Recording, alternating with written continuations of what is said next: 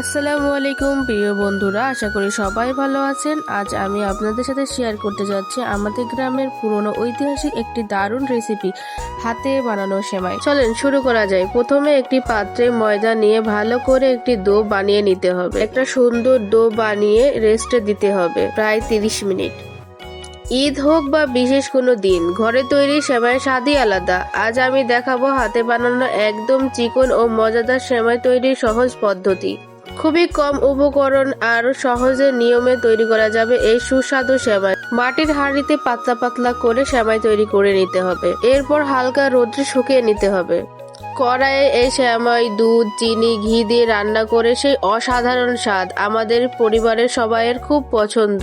এভাবে খুব সহজে তৈরি হয়ে গেল আমাদের হাতে বানানো মজাদার সেমাই। আজকের এই হাতে বানানো সেমাই শুধু একটি রেসিপি নয়, এটি আমাদের পরিবারের একটি ভালোবাসার অংশ।